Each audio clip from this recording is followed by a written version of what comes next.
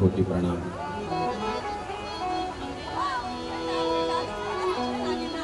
भक्त सम्राट परम कथा रसिक श्री हनुमान जी महाराज के श्री चरणों में मेरा कोटि कोटि नमन। कथा पांडाल में उपस्थित समस्त अदृश्य रूप से उपस्थित समस्त परमहंसी आत्माओं को मेरा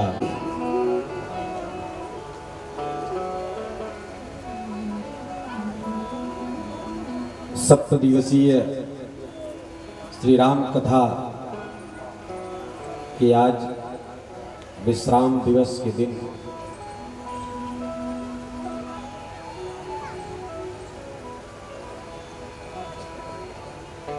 हमारे परम स्नेही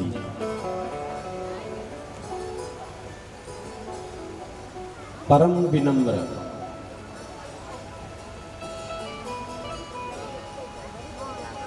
और श्री हनुमत जैसा निरहंकारी व्यक्ति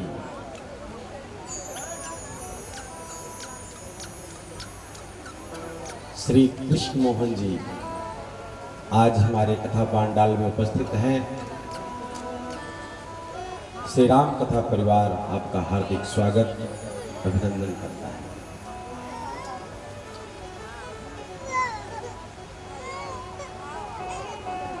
कथा का क्रम लें। कल हमने अयोध्या कांड की समाप्ति पर कथा का विश्राम लिया था। अरण्य कांड में हम लोग प्रवेश कर रहे थे। चित्रकूट में भगवान को रहते हुए बहुत दिन बीत चुके थे। कार्यकर्तागण ध्यान दें, जो दीप महायज्ञ में भगवान के राज्याभिषेक की अवसर पर जो दीप यज्ञ होगा, जो दीप मालिकाएं जलाई जाएंगी, उसमें जो लोग कार्यरत हैं कम से कम बोलेंगे और कम से कम चलेंगे। और इतना कम चलेंगे, इतना कम बोलेंगे कि कोई व्यवधान श्रोताओं को और वक्ता को ना हो।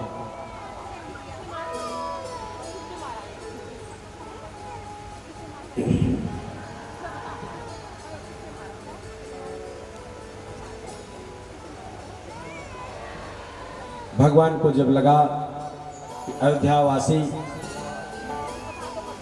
निरंतर आ रहे हैं, उनके आने जाने से यहाँ के ऋषि मुनि जो तपस्यारत हैं, साधनारत हैं, उनको उद्वेग हो रहा है, उनको परेशानी हो रही होगी। इसलिए उन्होंने चित्रकूट छोड़ने का निर्णय।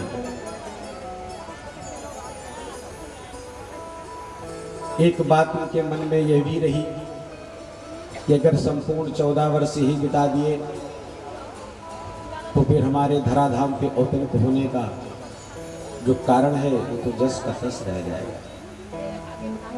बाबा ने तो नहीं लिखा है, लेकिन संत जन कहते हैं कि लगभग 13 वर्ष तक चित्रकूट में रहे, कुछ 12 वर्ष के। उसके बाद वो आगे चल पड़ते हैं। लेकिन चलने के पहले ही एक दिन चित्रकूट में फटिक शिला पर बैठे हुए थे, जाने का उपक्रम था। तो उन्होंने कहा, सोचा भगवान ने अपने मन में कि आज सीता का हम अपने हाथों से श्रृंगार करें और सीत से पुष्पमाला बना रहे थे।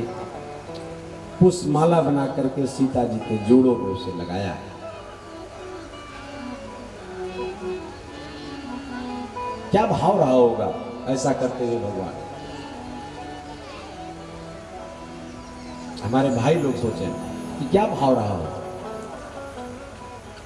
मानो भगवान हमें शिक्षा दे रहे हैं कि जो पत्नी घर बार छोड़ करके आपकी परायण हो गई,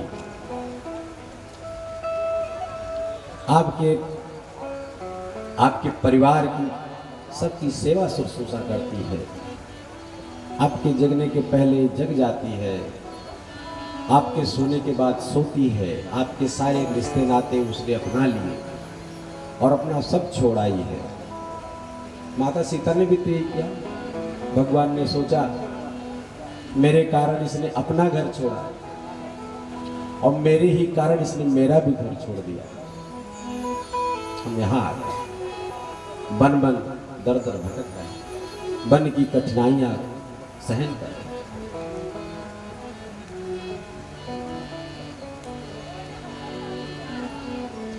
और इसी बीच इंद्र का बेटा जयंत कौवा बन करके आता है और भगवान का प्रभाव देखना चाहता। जब सीता जी का श्रृंगार करते हुए उसने देखा तो उसको भ्रम हुआ कि ये वास्तव में परब्रह्म ही है, ये सच्चिदानंद ही है। इस तरह स्त्री का श्रृंगार कर रहे अपने हाथों से। कभी जो पुरुष अहमन्यता होती है ना, पुरुष होने की पति होने की अहमन्यता होती है, तो इसकी इजाजत कहां देती है साहब। और जो ऐसा कर भी बैठते हैं प्रेम बस स्नेह बस, उनको लोग क्या क्या कहें आप सब जानते हैं। तो इंद्र का बेटा जयंत भगवान का प्रभाव जानने के लिए आया और सीता माता के चरण में चंचु प्रहार किया। माता चिहुकी थी, लेकिन मां है वो तो दयावान है, वो तो भक्ति मूर्ति है। उन्होंने भगवान से कुछ कहा नहीं, लेकिन अचानक से दृष्टि भगवान की पड़ी। माता सीता के चरण से रक्त धारा निकल करके जमीन पर जब आई और भगवान के चरण को स्पर्श किया, भगवान को जब गरम गरम लगा तो चौंक के देखा रक्त धारा बह रही है, और नजर उठाया तो देखा जयंत वहीं बैठा था। और जिस सेक से भगवान ने फूलों की माला गुथी थी, उसी थी को मंत्र पढ़ कर फेंका ब्रह्मास्त्र बनाकर। अब जयंत भागा, भागते भागते जयंत अपने पिता के इंद्र के पास पहुंचा। पिताजी बचाओ, रक्षा करो, क्या हुआ?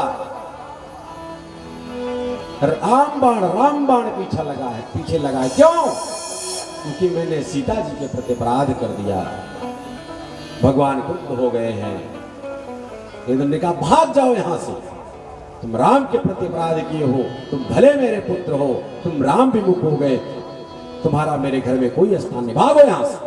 इंद्र ने डांट कर जयंत को भगा। इंद्र को यह भी लगा होगा कि अगर मैंने अपने बच्चे को बचाने का प्रयास किया तो सारा इंद्रलोक जलकर अभी भस्म हो जाएगा।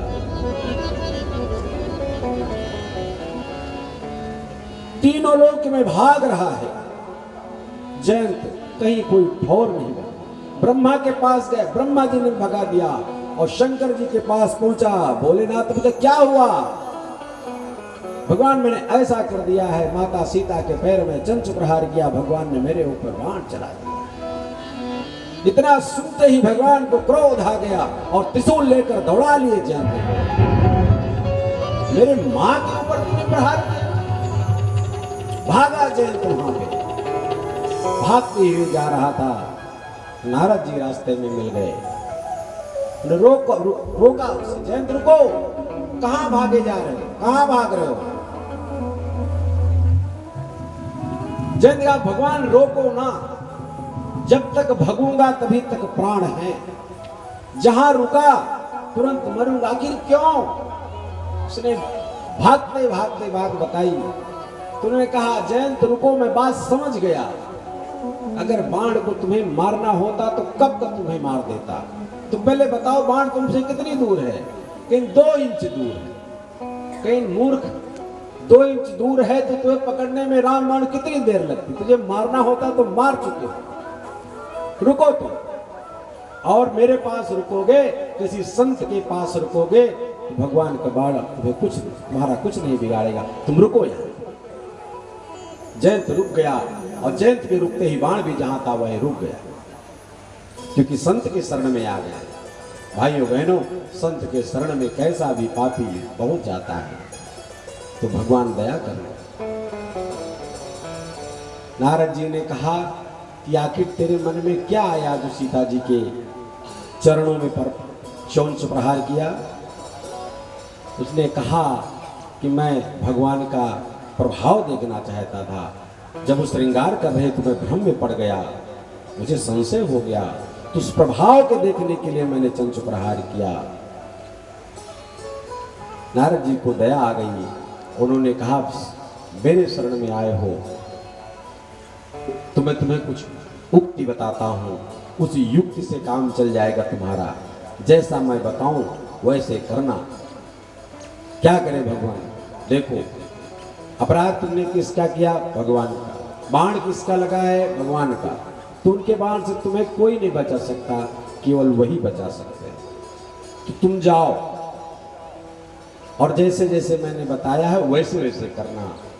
तुरंत वहां से जयंत भागा है और फिर चित्रकूट पे आ जाता है। उसी फटिक शिला पे भगवान और हमारी मैया बैठी हुई हैं। वो जा करके मैया के गोद के पास बैठ गया, मुंह उसका सीता जी की तरफ है, पूंछ भगवान की तरफ कर लिया उसने। बाण आया रुका, भगवान को दया आ गई। कहा भगवान ने ऐसा क्यों किया, भगवान ये गलती हो गई, आपका प्रभाव देखना चाहता था, अब युक्ति काम कर रही है नारद जी की, फिर अब क्यों लौट के आए हो, भगवान अब आपका स्वभाव देखने के लिए आया हो। भगवान मुस्कुरा दिए और उस बाण से उसकी एक आंख को फोड़ दी। किसी ने पूछा भगवान ने आपने उसकी एक आंख क्यों फोड़ी, जब प्राण बख्श दिया तो एक आंख क्यों फोड़ी। भगवान ने कहा उसने मुझे और सीता को दो जाना, द्वैत बुद्धि थी उसके अंदर, द्वैत दृष्टि थी, मुझको और सीता को अलग करके देख रहा था, इसलिए मुझकी एक आंख फोड़ दी, अब एक नयन हो गया, अब एक दृष्टि से देखेगा, अद्वैत अब अद्वैत दृष्टि से मुझे देखे। इस घटना के बाद भगवान वहां से चल पड़े हैं और अत्रि ऋषि के आश्रम में आ गए। अत्रि ऋषि ने जब जाना कि भगवान आए हैं, तेजी से दौड़े, भगवान को आश्रम में लाए, बहुत प्रकार से पूजा और बहुत ही सुंदर स्तुति की है।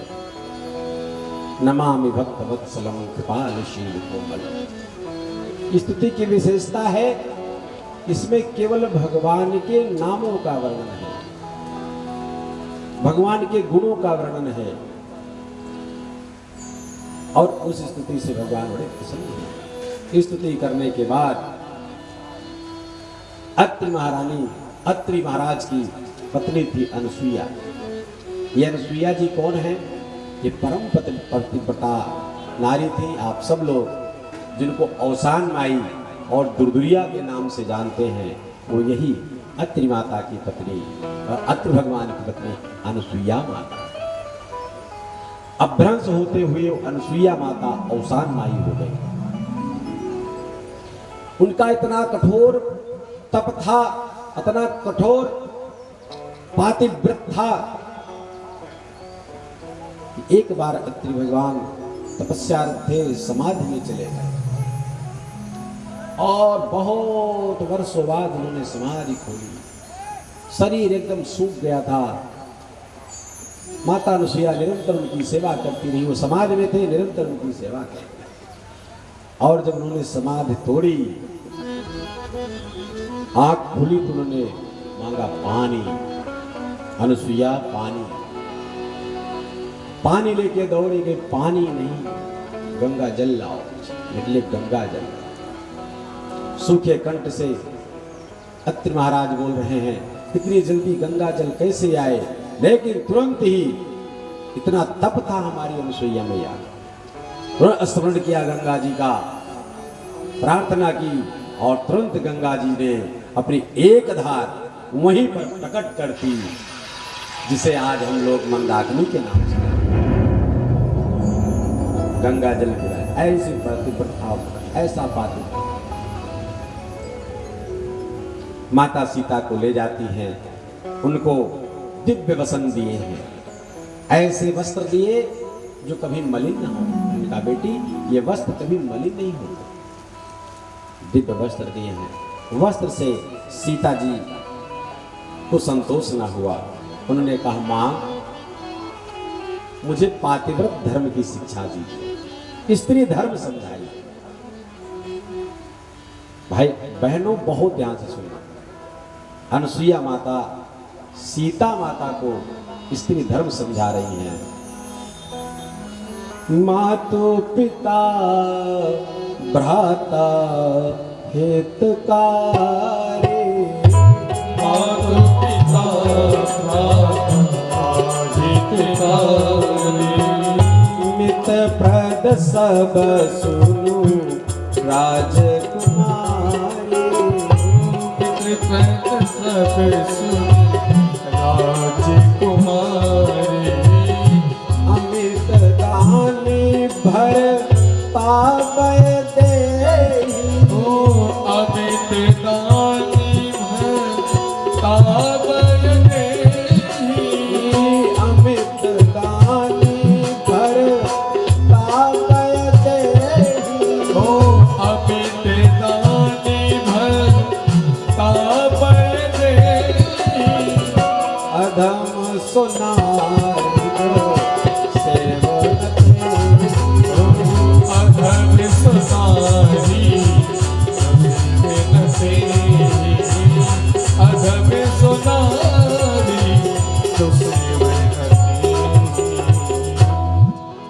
अनुसुईया जी के एक एक शब्द को हृदय में धारण करें देवियों।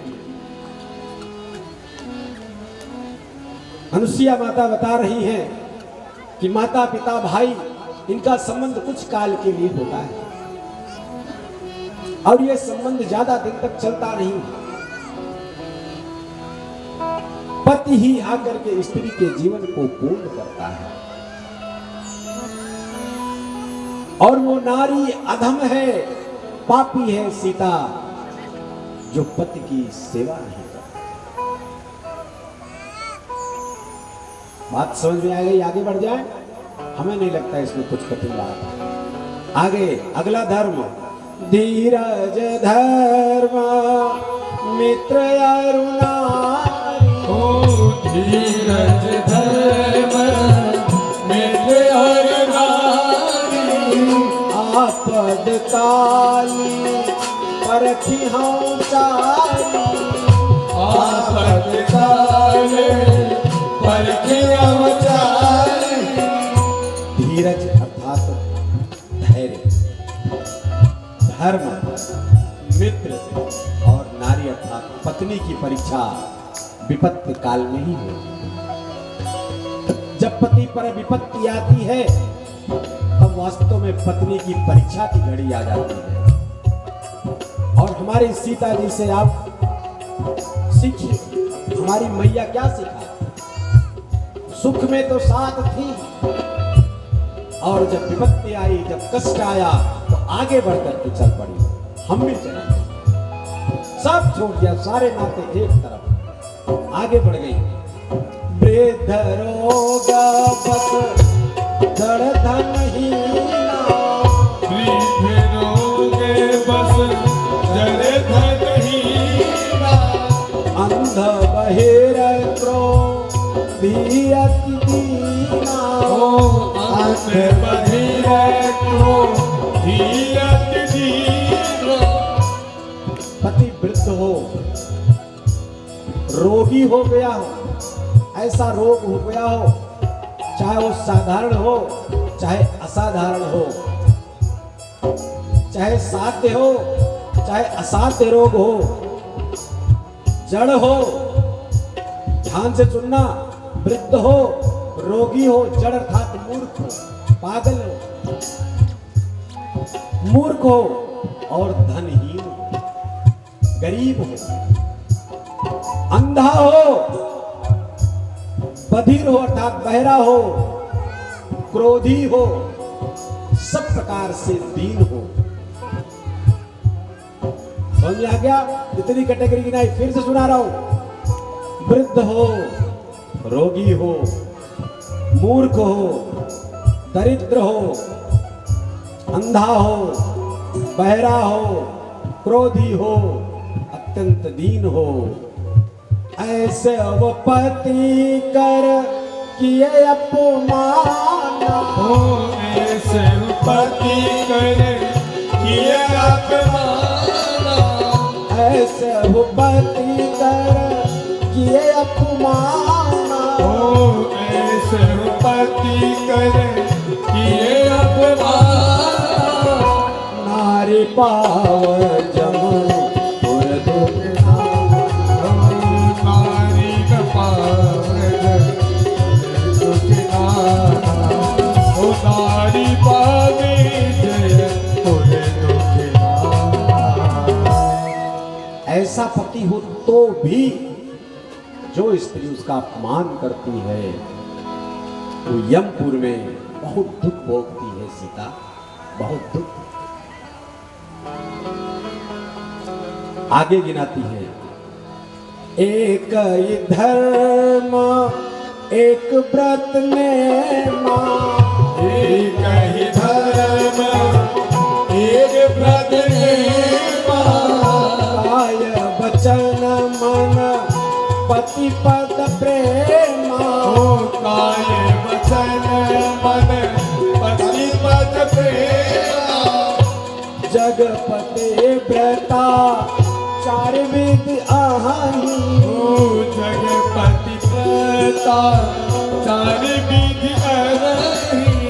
जगपते व्रता चार विधि आही। हो जगपति व्रता चार विधि अरही। वेद पुराण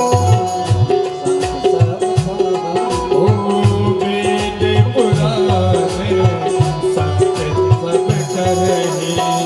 वेद पुराण सत्य सब करही। स्त्री का एक व्रत एक नियम हो, पति पद सेवा। ऐसा नहीं सब स्त्रियों के लिए है, आज ही पतियों के लिए भी आएगा। अभी हम चल रहे हैं दंडक वन पंचवटी, वहां पे पतियों के लिए, पति बहुत खुश ना हो, अभी आ रहा है आपके लिए। एक व्रत एक नियम, मन वचन कर्म से पति पद की सेवा। कहती है सीता, तीन प्रकार की पत्नी होती है, एक उत्तम, एक मध्यम और एक अधम। उत्तम कौन? उत्तम के अस बस मन माही, सपने हो आन पुरुष जगना। उत्तम पत्नी वो होती है जिसके स्वप्न में भी परपुरुष ना आता। मध्यम है जो परपति को अगर समान आयु का हो तो भाई समझती है, ज्यादा उम्र का दूसरे का पति है तो उसे पिता समझती है, और कम अपने से कम उम्र का है तो उसे पुत्र समझती है। ये कौन हुआ? मध्यम पति। और सबसे अधम पत्नी कौन होती? स्त्री होती है, धर्म विचार समुझ कुल रही, जो धर्म विचार करके नहीं मुझे ऐसा नहीं करना चाहिए, नहीं मुझे ऐसा नहीं करना चाहिए, नहीं दूसरों की तरफ मुझे नहीं देखना चाहिए, दूसरे के पति को मुझे ऐसे नहीं, ये सब विचार के जब मन में आता है तो उसे अधम कोटि का गिना है माता ने। अब ये वेद पुराण बता रहे हैं, अनुसुईया जी के वेद पुराण एकदम, मैं केवल मेरा मत नहीं है, वेद पुराण संत सब यही कहते हैं। तो उत्तम कुल जो स्वप्न में भी परपति का स्मरण न करे, पर पुरुष का स्मरण न करे। ऐसे बहुत प्रकार से शिक्षा देते हुए माता अनुसुईया सीता जी को समझाती है। वहां से विदा लेते हुए अत्र जी से पूछा है कि प्रभु मैं नहीं, वो अगस्त जी से पूछते हैं। आगे चलते हैं, शरभंग ऋषि का आश्रम आता है।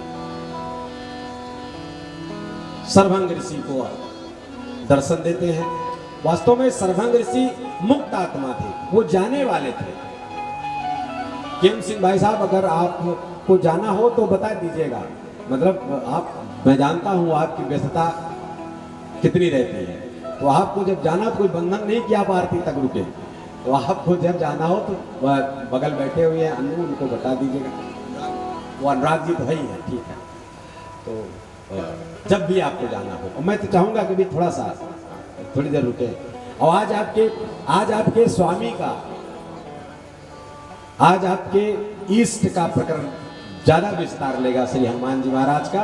बस कुछ ही देर में हम सुंदरकांड में प्रवेश करने वाले हैं, हनुमान जी के चरित्र पे अभी आ रहे हैं। तो मैं चाहूंगा आप कृष्ण मोहन जी जो बैठे हुए हैं, जिनके बारे में बार बार बात कर रहा हूँ, केएम सिंह जी, हनुमान जी के बहुत बड़े भक्त हैं, और बहुत बड़े नहीं, अनन्य भक्त हैं, और किसी देवता से कोई लेना देना नहीं है।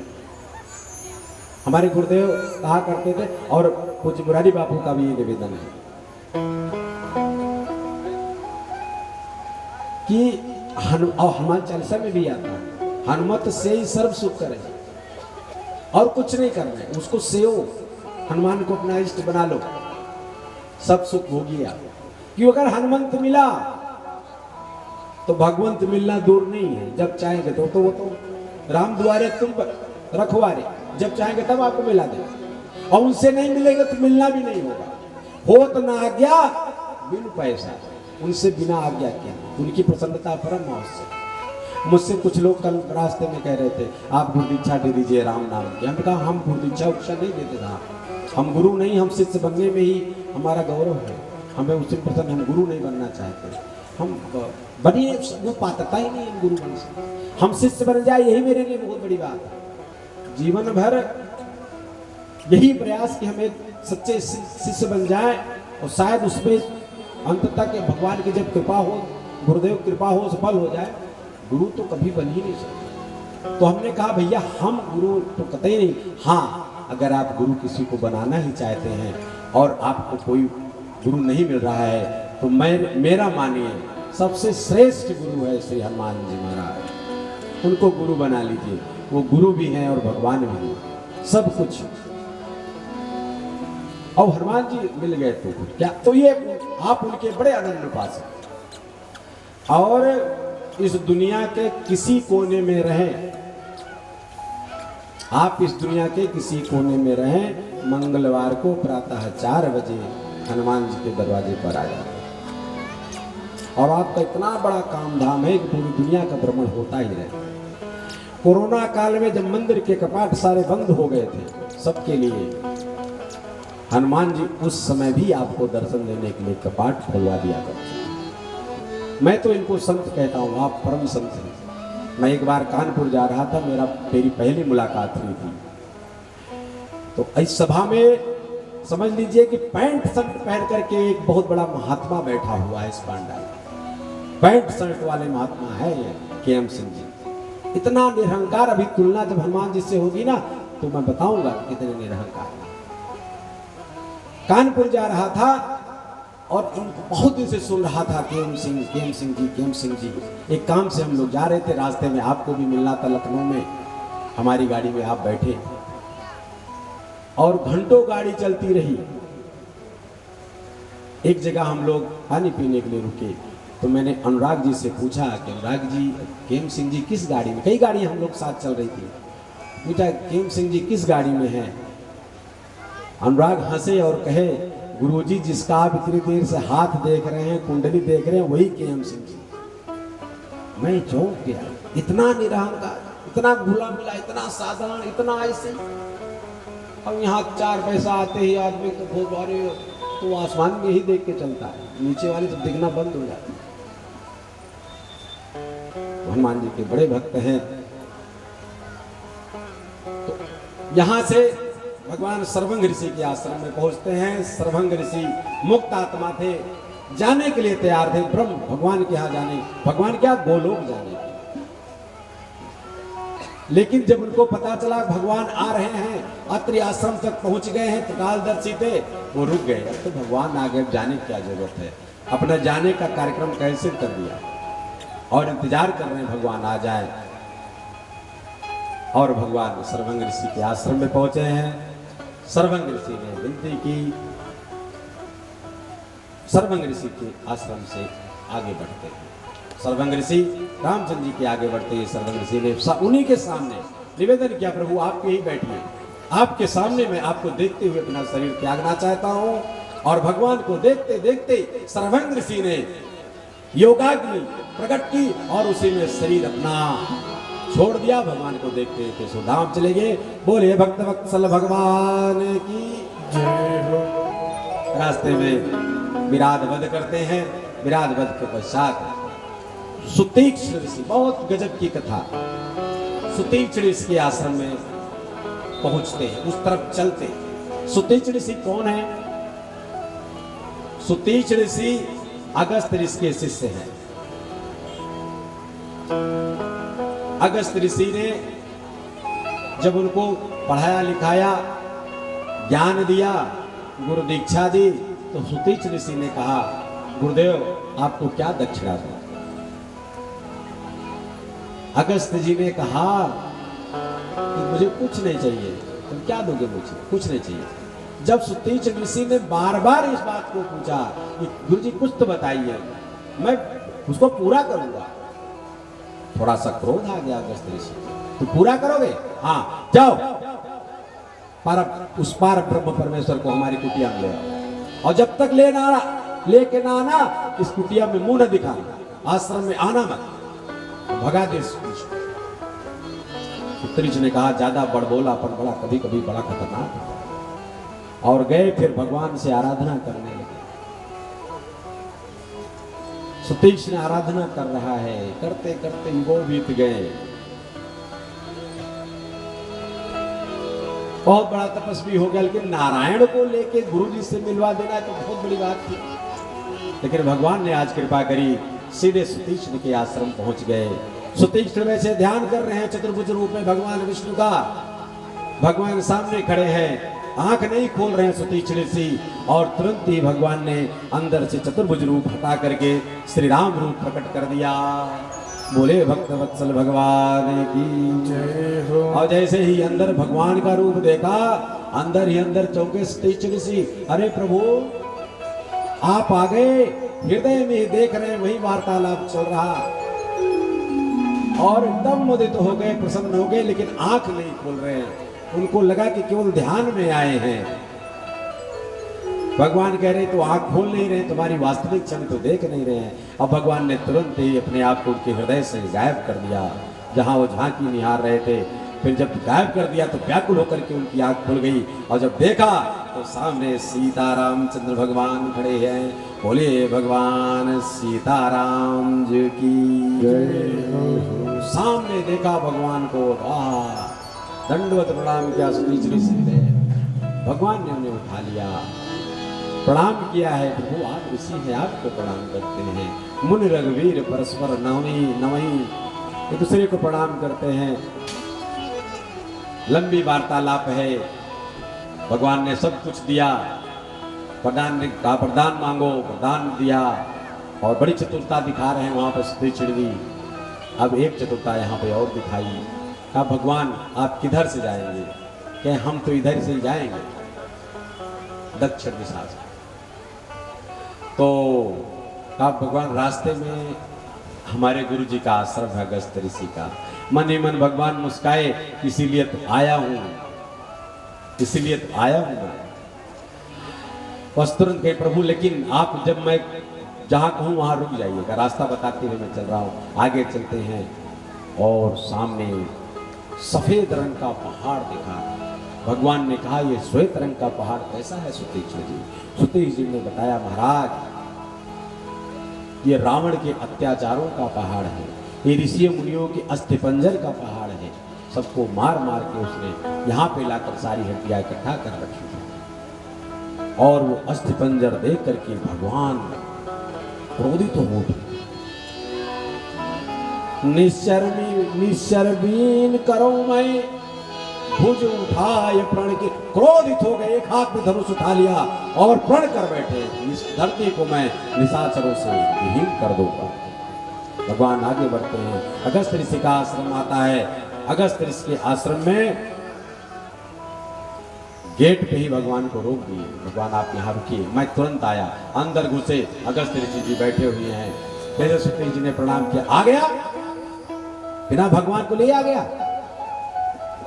सोचे अरे गुरुदेव मैं लेके आया हूं भगवान को लेके आओ। दौड़े अगस्त जी, सामने भगवान को देखते हैं। क्या दशा। अंदर लाए, बहुत प्रकार से कंदमूल फलादि में समर्पित किए हैं। अगस्त्य ऋषि से पूछते हैं भगवान की आगे का रास्ता बताइए, मैं कहाँ निवास करूं। अगस्त्य ऋषि कहते हैं यहां से कुछ दूर चलने पर दुर्वासा ऋषि की क्रोध के कारण एक जंगल निर्जन हो गया।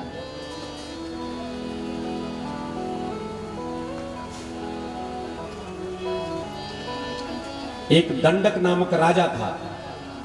दंडक नामक राजा ने दुर्वासा ऋषि की पुत्री के साथ के विचार किया। क्रोधित होकर के उस वन को ही जहां उसका राज्य था, जहां राज्य था, उस राज्य को श्राप दे दिया कि ये सफेद गर्म बालू की वर्षा होगी और सारा राज उसी में नष्ट नष्ट हो जाएगा। तब से दंडक वन ऐसे ही पड़ा हुआ, जला हुआ। हे राम, आप दंडक वन जाओ। दुर्वासा ऋषि ने यह भी कहा था जिस दिन रामचंद्र जी के चरण यहाँ पे पड़ेंगे ये दंडक वन पुनः हरा भरा हो जाए। आप वहीं पे पंचवटी नामक स्थान है, 5 वट इकट्ठा है वहां पर, इसलिए पंचवटी कहते हैं। वहीं पर आपने कुटिया बनाई। भगवान वहां से चलते हैं, दंडक बनाए, दंडक वन हरा भरा हो गया, वहीं पर कुटिया बना करके रहने लगे। लक्ष्मण के साथ नित नए नए संवाद होते हैं। ब्रह्म कौन है, प्रभु जीव कौन है, लक्ष्मण पूछते हैं। ब्रह्म जीव का संबंध क्या है, आदि आदि बड़ी ज्ञान की चर्चाएं। इतने में एक दिन एक घटना घट गई साहब। शूर्पणखा उड़ती हुई उधर से निकली पंचवटी की तरफ से, और जब राम लक्ष्मण को देखा वहां पे तो मोहित हो गई। और यहां पर तुलसीदास जी ने शूर्पणखा का परिचय रावण की बहिनी के रूप में दिया है। देहाभिमानी रावण और देहाभिमानी देह को ही सब कुछ समझने वाली शूर्पणखा दंडक वन में पंचवटी में प्रवेश करती है। शूर्पणखा रावण कै बहिनी, शूर्पणखा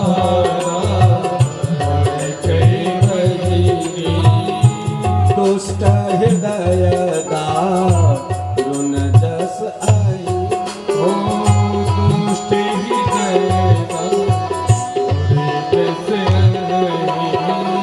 पंचवटी सो गई अखबारा। पंचवटी सो गई अखबारा। पंचवटी सो गई अखबारा। पंचवटी सो गई अखबारा। देखे बिकल भय जुगल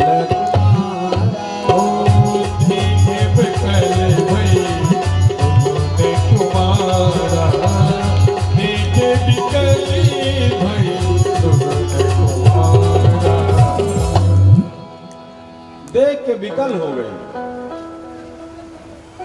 नीचे उतर आई, सुंदर रूप बनाया है। असुंदर रूप बना करके भगवान के सामने आकर के बोली, तुम सम पुरुष न मौसम ना। तुम सब पुरुष न मौसम नारी। अब देखिए, जो बनावटीपना होता है, जो आडंबर होता है, ऐसे ही बोलता है। अब इसमें कोई प्रगल्भ विद्वता नहीं है, बनावटीपन है। और कह क्या रही है, न तुम्हारे समान कोई पुरुष है, न हमारे समान कोई नारी है। और वहीं बगल में सुंदरता को सुंदर करने वाली हमारी सीता जी बैठे, जो सुंदरता को भी सुंदर करने वाली, करोड़ों रत्तियों के समान में जिसकी सुंदरता उससे अधिक। लेकिन देहाभिमान क्या करवा रहा है, तुम सम पुरुष न मौसम पुरुष न मौसम नारी। और इसमें मेरा अपना कोई मन नहीं है। ये तो ब्रह्मा जी ने ये लिख दिया है कि जाओ राम के साथ विवाह करो, इसलिए मैं आ गई हूँ। यह संयोग विधि रचा विचार, यह संजोग रचा विचारी। मनयन रूप पुरुष जग नाही। मम अनुरूप पुरुष जग नाही। मेरे अनुरूप वास्तव में बताऊं तो मेरे अनुरूप पुरुष इस दुनिया में है ही नहीं। लेकिन तुम थोड़ा लगे मेरे लायक, मैं तुम्हारे लायक नहीं हूं। तुम थोड़ा सा मुझे लग रहे हो। मैं तुमसे ज्यादा हूं, मतलब मैं तुमसे ज्यादा सुंदर हूं। सच पूछो तो आप मेरे लायक हो नहीं, बस थोड़ा मैं अपने आप को मना रही हूं। मम अनुरूप पुरुष जग माही। मम अनुरूप पुरुष जग माही। देखा हूँ खोजी लौटते ओ देखूं खोजी लौटती हूँ नारी। और केवल यही की बात नहीं है, तीनों लोग ढूंढ डाला, मुझे अपने अनुरूप कोई वर मिला नहीं। ताते अब लगी रहा कुंवारी। ताते अब लगी रहूं कुंवारी। मनुमाना कछु तुम्हें निहारी। ओ मनुमाना कछु तुम्हें निहारी। वास्तव में तीनों लोक में मेरे अनुरूप तो कोई है नहीं, लेकिन जब देखा तो इसीलिए मैं कुंवारी थी, विवाह करना ही नहीं चाहती। लेकिन जब आपको देखा तो मैंने थोड़ा अपने मन को समझा, चलो इन्हीं से काम चलाओ, इन्हीं से काम चला लो। अब जब भगवान ने ऐसा सुना तो क्या, बहुत ध्यान से सुनना। सीता ही चीता कहीं प्रभु बाता। ओ सीता ही चितई कहीं प्रभु बाता। कहाँ देख कर, सूर्पनखा की तरफ देख के बात नहीं कर रहे हैं, सीता जी की तरफ देख कर बात कर रहे हैं। सीता ही चीता कहीं प्रभु बाता। ओ सीता ही चितई कहीं प्रभु बाता। सीता ही चीता कहीं प्रभु बाता। ओ सीता ही चितई कहीं प्रभु बाता। आहा ये कुमार ओ आहे तुम्हारे और लघु गाता। आहे तुम्हारे लघु गाता। मानो रामचंद्र जी ने सीता जी की तरफ देखा, उसकी तरफ नहीं देखा, सीता जी की तरफ देख के बोला कि भगवान हमेशा भक्ति की तरफ देखते हैं। सीता जी भक्ति स्वरूपा है, काम की तरफ नहीं दे, देह की तरफ। देह क्या है, इससे कोई मतलब, कोई सुंदर है, कोई करूप है, कोई गोरा है, कोई काला कुलूटा, भगवान को इस समय देख किधर है, सीता जी की तरफ देख करके बोले कि ऐसा है, मेरा तो विवाह होगा है। आहाय कुमार मोर लघु भ्राता, मेरा छोटा भाई कुंवारा है, उधर जाके कुछ प्रयास करो तो शायद कुछ काम तुम्हारा बन जाए। अब यहां पे लोग कहते भगवान मर्यादा पुरुषोत्तम है, उन्होंने झूठ क्यों बोला? दरअसल भगवान ने भाइयों बहनों यहाँ पे झूठ नहीं बोला। हर जगह की बोली भाषा होती है, हर जगह के शब्द होते हैं। शूर्पणखा वास्तव में शादीशुदा थी। विद्युत जी नाम का उसका पति था, उसका नाम था विद्युत जी। और वो आके यहां कह रही है, ताते अब लग रहा हूं कुंवारी, कि मैं कुंवारी हूं। तो भगवान ने सोचा कि शायद शादीशुदा व्यक्ति को यहाँ कुंवारा शब्द कहते होंगे, कुंवारी या कुंवारा हो, इसलिए कहा जैसे तुम कुंवारी हो, पति के होते हुए तुम अपने को कुंवारी कह रहे हो, वैसे ही मेरा भाई भी कुंवारा है, वहां जाके बात करना। परम पूज्य गोलोकवासी राजेश्वरानंद जी महाराज एक बड़ा सही दृष्टांत देते थे। मैं जिस समस्या की बात कर रहा था उस दिन, उसमें से एक समस्या ये भी थी। बड़ा सुंदर दृष्टांत आपको समझ में आ जाएगा। एक दो मित्र थे, एक का नाम था राम, एक का नाम था श्याम। दोनों बाजार घूम रहे थे, जेब में पैसे नहीं थे। अब जेब में पैसा नहीं था तो कुछ खरीद के खा नहीं सकते थे। इतने में जिस दुकान के सामने से निकले, वहां पे जलेबी बन रही थी, बड़ी गर्मा गर्म और बड़ी प्रसिद्ध जलेबी थी उसकी। उधर से निकले, कहे जलेबी बहुत अच्छी बन रही है, एकदम गर्मा गर्म है। श्याम ने कहा कि पैसा कहाँ है अपने पास? तो कहे चलो आओ पहले खाते हैं, देखा जाएगा, जब पैसे की नौबत आएगी तो देखा जाएगा, कुछ जुगाड़ लगाया जाएगा। और दोनों लोग, एक लोग गए राम, उन्होंने कहा कि 100 ग्राम जलेबी दीजिए। उसने तौल करके दे दिया 100 ग्राम। वो राम नाम का व्यक्ति जाकर खाने लगा। श्याम भी पहुंचे, उन्होंने कहा मुझे भी 100 ग्राम दीजिए।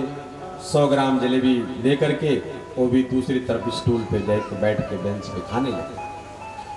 राम का खत्म हुआ, एक दूसरे से आंखों आंखों में बात हुई मित्रों में। वो राम नाम का व्यक्ति आता है, दुकानदार से कहता लाओ 20 रुपए लाओ। कैसा 20 रुपए? अरे मैंने भी 50 रुपए दिए ना, अपना 30 रुपए काटो, 20 रुपए वापस करो। दुकानदार ने कहा कब दिए तुम? कब दिए? अरे दिए थे भाई, 50 रुपए दिया था, आप 30 रुपए काटो। मौका देख करके श्याम वहां खा रहा था और वहीं से चिल्लाया, देखो सेठ जी, झगड़े के चक्कर में मेरा वाला ना भूल जाना। सेठ ने कहा हाँ हाँ तुम्हारा याद है, तुम्हारा तो याद ही है। अब श्याम भी अपनी जलेबी खत्म करके आता है तो कहता अच्छा तुम्हारा तो वाला मुझे याद है, तुमने दिया था, लेकिन अच्छा सच सच बताओ ये तुम्हारे साथ है, पैसा दिए थे? श्याम ने कहा जैसे मैंने दिया था, सच बता रहा हूं, एकदम भगवान की सौगंध है। ये आपने फोटो लगाई है रामचंद्र जी की, इनकी सौगंध खा के कहता हूं, जैसे मैंने आपको पैसा दिया है ऐसे इन्होंने भी आपको पैसा दिया है। बोले सियावर रामचंद्र की जय। श्याम ने झूठ बोला? नहीं बोला ना। कह रहा जैसे इसने दिया, जैसे मैंने दिया तो उसने तो दिया नहीं था, वैसे इसने भी दिया, दोनों लोग दिए। ठीक वही घटना यहाँ पे घटी। जैसे तुम कुंवारी हो वैसे मेरा छोटा भाई भी कुंवारा। अब लक्ष्मण के पास जाती और लक्ष्मण जी रामचंद्र जी की तरफ देख करके बोले। जब उसने वहां प्रणय निवेदन शादी का प्रस्ताव दिया तो रामचंद्र जी की तरफ देख रहे हैं। वो कह रहे सुंदर सुनमय उनकर दासा। सुर्णका की तरफ कोई देख रहा, गजब का त्रिकोण बना है। यहां सुर्णका कड़ी, यहां राम जी बैठे, यहां सीता जी बैठी उन्हीं के बगल में, और यहां लक्ष्मण है। राम जी सीता जी की तरफ देख रहे हैं, लक्ष्मण जी रामचंद्र जी की तरफ देख रहे हैं, सुर्णका उधर है। अरे सुर्णका ने कहा कह तो रहे हो सुंदरी, देखो तो मुझे। लक्ष्मण ने मन ही मन कहा कि जब तक तुम्हें देख नहीं रहा हूं तभी तक तुम सुंदर हो, जब मैं देख लूंगा तो तुम सुंदर नहीं रह जाओगी। और वही हुआ भी है। जब बार बार शूर्पणखा इधर उधर जाती रही, क्रोध आ गया, उन्हें समझा कि ये स्त्री जो है इसी के कारण ये दोनों भाई मुझे इधर उधर दौड़ा रहे हैं, और अपने निज स्वरूप प्रकट कर दिया। बोल राज इतने लंबे लंबे नाखून, मुंह लाल लाल हो गया, मुंह से खून टपकने लगा था, और आंख फाड़ करके मुंह फाड़ के दौड़ी, और जब दौड़ी सीता जी की तरफ तो भगवान ने इशारा किया लक्ष्मण को, चार उंगली उठाई, और चार जैसे उंगली पता नहीं क्या समझ गए लक्ष्मण जी, तुरंत तलवार निकाली और शूर्पणखा के नाक कान अब वो बिलबिलाती हुई भागी वहां से। यहां पे संत जन पूछते हैं कि आखिर वो चार उंगली से क्या समझा लक्ष्मण ने। वास्तव में रामचंद्र जी चार उंगली उठाई। चार मतलब वेद कितने हैं? चार, ऋग्वेद, सामवेद, अथर्ववेद, ऋग्वेद, सामवेद, यजुर्वेद और अथर्ववेद, चार हो गए। ये क्या है? वेद। वेद का एक नाम है श्रुति, श्रुति का एक अर्थ है कान, और नाक है अभिमान। भगवान ने इशारा कर दिया बस यही दो, प्राण मत लेना, तो दो काट दिया। अब वहां से भागते भागते वो पहुंची वहीं पे दंडक वन में ही खरदूषण नामक व्यक्ति रहते, उसके भाई थे, महापराक्रमी, रावण के समान पराक्रमी। पहुंची, अरे खरदूषण ने देखा, क्या हुआ ये तुझे, क्या हुआ बहन? कहा तुम लोग यही भोगते रहो, रास रंग चलता रहे, तुम्हारी बहन का अपमान किया है। किसने? अरे दो पुरुष आए हैं, दो पुरुष आए हैं। कहां पे? इन वहां, और उनके साथ एक स्त्री भी है, बहुत सुंदर है, तुम्हारे महल की शोभा रहेगी। और देखो जब नाक कान देख, कोई भी भाई देखेगा क्रोधित हो गया, खरदूषण सेना लेकर के चला। भगवान इसी बीच लक्ष्मण को कहते हैं सीता जी को लेकर कंदरा में चले जाओ। माता तो माँ है, हृदय सीता मैया का बड़ा कोमल है ना, तो उन्होंने कहा कि मार काट देख नहीं पाएगी, इसलिए इनको कंदरा में लेकर चले जाओ, गुफा में। लक्ष्मण जी सीता जी को लेकर एक गुफा में चले गए, और इसी बीच खरदूषण आश्रम में प्रवेश करता है।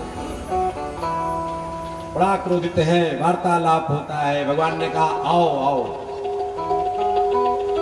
इसीलिए तो मैं आया हूं, तुम जैसे दुष्टों को ढूंढ ढूंढ करके ढूंढने के लिए तो आए।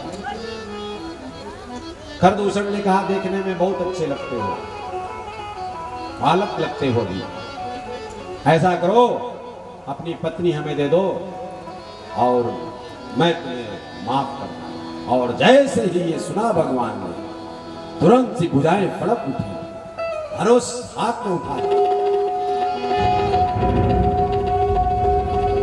और मारने लगे सब।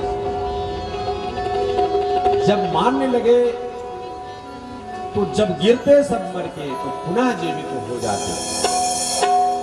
भगवान ने कहा कि कुछ करना पड़ेगा, और भगवान ने ऐसी लीला रची कि उनके कर्मों का दंड वो स्वयं भोगने लगे। एक दूसरे को राम दिखने लगे और एक दूसरे कहने लगे ये राम है, मारो मारो मारो, चारों तरफ से मारो मारो की आवाज आई, राम राम, यही राम है, यही राम है। और सब आपस में लड़के ही समाप्त हो गए। और चूंकि राम राम कह के सब मरे हैं, इसलिए सब भगवान के धाम सबका उद्धार कर दिया भगवान। अब जब शूर्पणखा ने देखा तो वहां से भागी, भाग करके रावण के पास पहुंचा। रावण के पास, रावण ने देखा बहुत को, क्या हुआ ये? उन्होंने बताया सारा वृतांत कि इस कारण से। शूर्पणखा को कहा जाओ मैं देखता हूं। अब ये घटना होती हुई रात हो गई। अब रात भर रावण विचार कर रहा कि खरदूषण मोहि संबलवंता, वो मेरे समान बलवान है और भगवान के समान कोई के अलावा उसको कोई मार नहीं सकता, तो क्या भगवान का अवतार हो गया है? लेकिन संशय है उसको। तो चलो ठीक है, सोच देखते हैं, अगर भगवान हैं तो उनके हाथों मारा जाऊंगा, मुक्ति को प्राप्त करूंगा, और अगर वो वास्तव में मनुष्य हैं तो फिर उनको मारकर उनकी नारी छीन लूंगा, उनको उनके किए का दंड दूंगा। ऐसा सोचता है, ऐसा सोचते हुए मारीच के पास पहुंचा। और इधर भगवान ने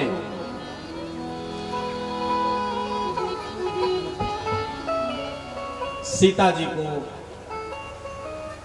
भगवान सीता जी के साथ बैठे हैं और जानबूझकर उन्होंने लक्ष्मण से कहा, लक्ष्मण खाने के लिए कुछ कंदमूल ले आओ। जानबूझकर उन्होंने लक्ष्मण को वहां से हटा दिया। और जब एकांत में दोनों लोग हुए, भगवान सीता जी से बोल पड़े, सुनहु प्रिया व्रत रुचिर सुशीला, सुनहु प्रिया व्रत रुचिर सुशीला, अब हम करब ललित नर लीला। सुनहु प्रिया व्रत रुचिर सुशीला, मैं कछु करब ललित नर लीला। तुम पावक करहु मासा, जब लग करहु साजन। तुम्हें पावक करहु निवासा, जो लगी करहु निशाचर नासा। तुम्हें पावक करहु निवासा, जो लगी करहु निशाचर नासा। तुम्हें पावक। बड़ा सुंदर शब्द इस्तेमाल किया, सुनो प्रिया व्रत रुचिर सुशीला। हे रुचिर व्रती सीता। रुचिर व्रत क्या होगा? सीता जी रुचिर व्रती है। रुचिर व्रत का मतलब होता है कि पति की जो व्यवस्था है, पति की जो आमदनी है, पति के घर जो कुछ है, पत्नी उसी में संतुष्ट रहे, प्रसन्न रहे, कोई अतिरिक्त कामना न करनी पड़े। लेकिन रुचिर व्रती पत्नी का जो पति हो वो कैसा होना चाहिए? पत्नी की आवश्यकताओं को पति बिना कहे समझ ले, ऐसा ही व्यक्ति रुचिर पत्नी के लायक होता है। पत्नी की आवश्यकताओं को बिना कहे समझ जाए। भाइयों, कहना ही ना पड़े, शादी आ रही है, किसी सगे संबंधी में विवाह है, तो आप समझ जाइए अब उसको क्या करना है। उसको साड़ी दिलाना है, उसको पार्लर ले जाना है, उसको तमाम तरह, आप सब काम धाम छोड़ के सेवा में लग जाइए। पत्नी व्रत है तो आप उसकी खाने पीने की व्यवस्था 4 दिन पहले शुरू कर दीजिए। अब एकादशी आने वाली है तो अष्टमी नवमी के दिन से ही आप कुट्टू का आटा, घी, आलू, अंगूर, सेब, केला, अनार, जो व्रत है भैया, ये सब तो लगता ही है व्रत में, ये सब व्यवस्था करनी पड़ेगी।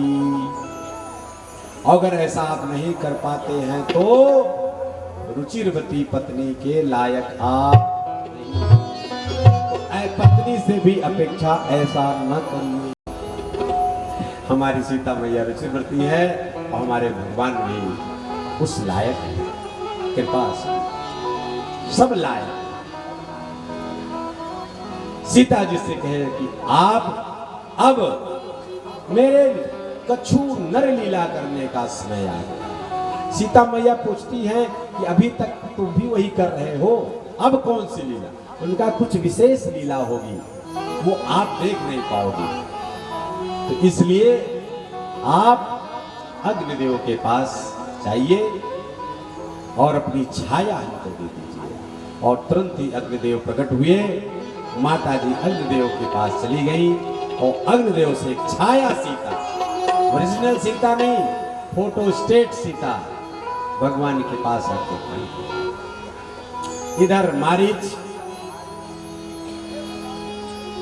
के पास रावण आता है। पहले बड़ा ज्ञान की बात किया, अरे महाराज किसके चक्कर पड़े हो, बिना फर के मुझे मारा था, अब आकर के लंका में गिरा, अब फिर कह रहे हो उनके पास जाने को। इस बार तो कतई नहीं छोड़ेंगे, मेरा वध निश्चित है। तो रावण ने कहा, वध तो तुम्हारा मामा अब भी निश्चित है, अब तुम तय करो कि राम के हाथ मरना चाहते हो कि रावण के हाथ मरना चाहते हो। और चंद्रहास खड्ग निकाल लिया रावण। आज ज्यादा ज्ञान की बात मत करो, बोलो जाते हो कि भेजूं?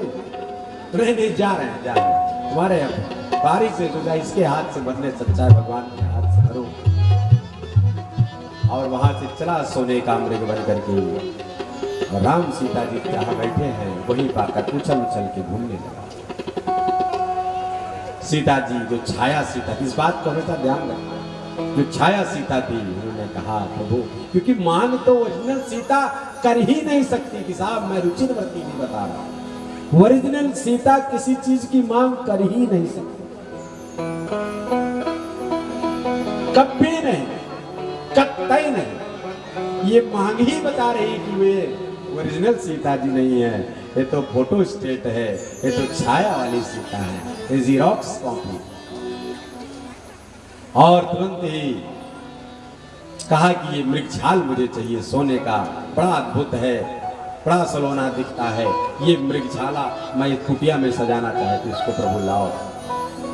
भगवान तुरंत धनुष बाण उठाए हैं और चल पड़े हैं। और लक्ष्मण से कहा, किसी भी हालत में सीता जी के पास रहना, क्योंकि ये जंगल बहुत भयानक है। अभी खरदूषण आया था, तुम देखे, बड़े भयानक निशाचर घूमते रहते हैं, उनकी रखवाली कर। तो भगवान मृगया करने आगे बढ़ते हैं, उसको भागता है, दूर तक लेके चला जाता है। और जब उधर चले जाता है तो खींच के भगवान ने बाण मारा, उसको लगा मुंह से निकला हाराम, लेकिन हाराम धीरे से बोला। उसके बाद जोर लगा के बोला, हा लक्ष्मण, हा लक्ष्मण। और ये स्वर सीता मैया के कान में पड़े, व्याकुल लक्ष्मण देखो तुम्हारे भैया संकट में है, जाओ। लक्ष्मण ने कहा, मैया क्या बात है, वो तो संकट मोचक हैं, जहां सूर्य है वहां पर अंधेरा कैसे आ सकता है? आप चिंता मत करिए, संकट तो हरने वाले हैं वो, उनके पास संकट कैसे आ सकता है? अब सीता जी को कुछ मर वचन कहना पड़ा, और वास्तव में सीता जी ने मर्म वचन बोला ही नहीं। अब सीता जी चुप बैठी है, क्या बोलूं लक्ष्मण को कि यहां से जाए। और भगवान ने अंदर से प्रेरणा दी सीता जी को, इसलिए कहते वहां बोला शब्द आता है, सीता बोला, मरम वचन का तो सीता बोला। तो सीता बोली होना चाहिए कि बोला होना चाहिए? बोली होना चाहिए ना। तो बोल तो अंदर से राम जी रहे हैं, मर्म वचन, क्योंकि अभी काम करना है ना। तो इसलिए वो मर्म वचन भी जो बोला था, भगवान ही अंदर से सीता जी के बोले थे। और मर्म वचन सुन करके लक्ष्मण जी व्याकुल हो।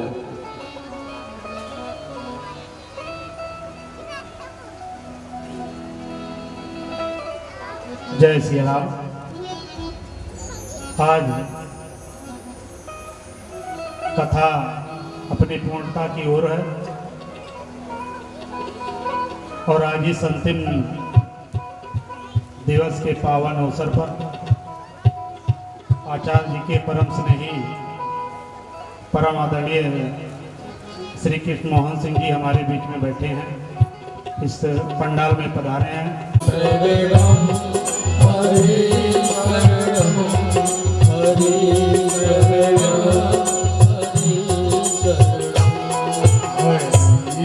Hare